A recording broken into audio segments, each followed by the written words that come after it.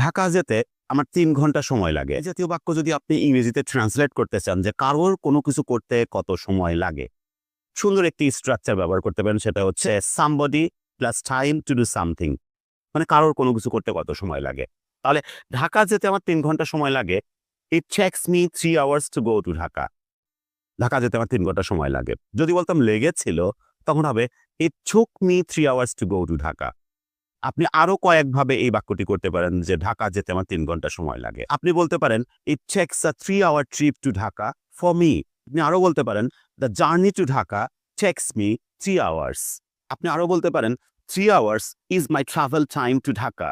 আরো একভাবে করতে পারেন I need 3 hours to get to Dhaka. Get to মানে এখানে পৌঁছানো। I need 3 hours to get to Dhaka. Dhaka যেতে আমার ৩ ঘন্টা সময় দরকার হয়। আপনি আরো একভাবে করতে পারেন 3 hours are required for my journey to Dhaka. Viewers, আশা করি বুঝতে পেরেছেন। If you like this video, don't forget to share it. Thanks for watching this video.